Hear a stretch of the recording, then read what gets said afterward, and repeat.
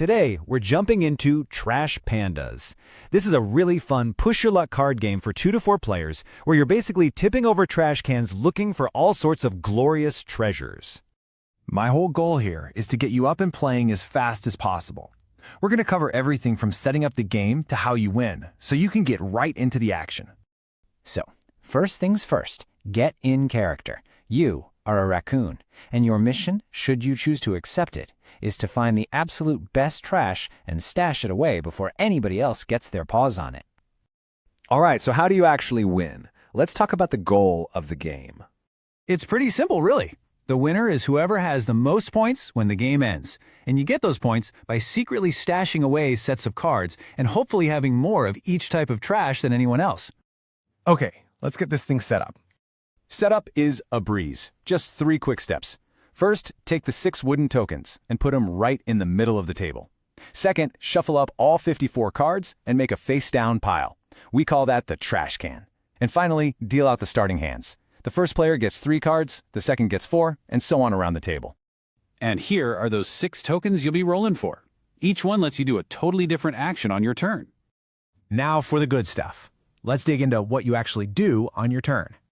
So, your turn is broken down into 2 main parts. First, you're going to roll the die to collect tokens. And second, you resolve the actions for whatever tokens you manage to grab.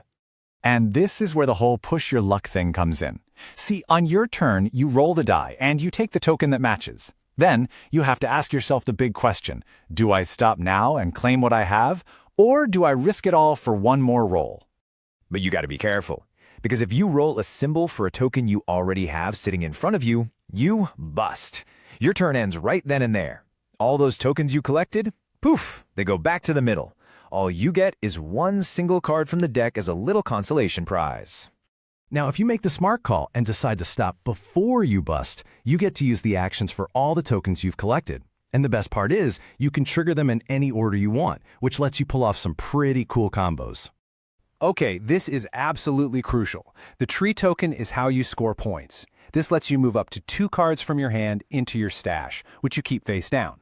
Remember, these stashed cards are the only ones that count for points at the end. Need some more cards in your hand? The trash can token is your friend. It lets you draw up to 2 new cards from the deck, giving you more great options for what to stash later. Feeling a little mischievous? The hand token lets you steal 1 card at random right out of an opponent's hand. Just watch out. You might have a doggo or a kitty card to stop you dead in your tracks. The mask token is a really interesting one.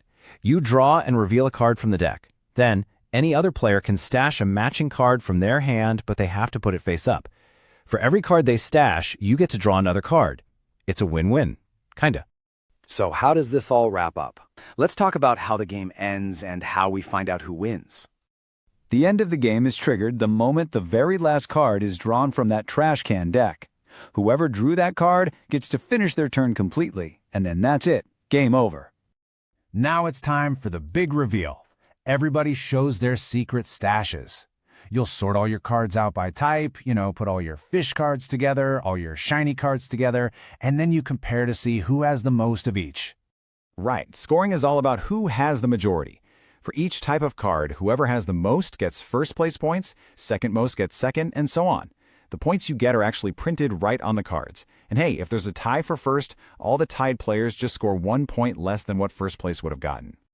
Before you start rummaging through that trash, here is one super important tip that always seems to come up in the first game. Pay attention to this one. If you use a token to draw new cards, you are not allowed to use their special abilities on that same turn. But, and this is a big but, if you also have a stash action from a token, you can absolutely 100% stash those brand new cards you just drew. And that's pretty much everything you need to know. Just roll the dice, push your luck, resolve your tokens, and stash away the best trash to win. Now there's only one question left. Are you the craftiest raccoon at the table? Go find out and have fun.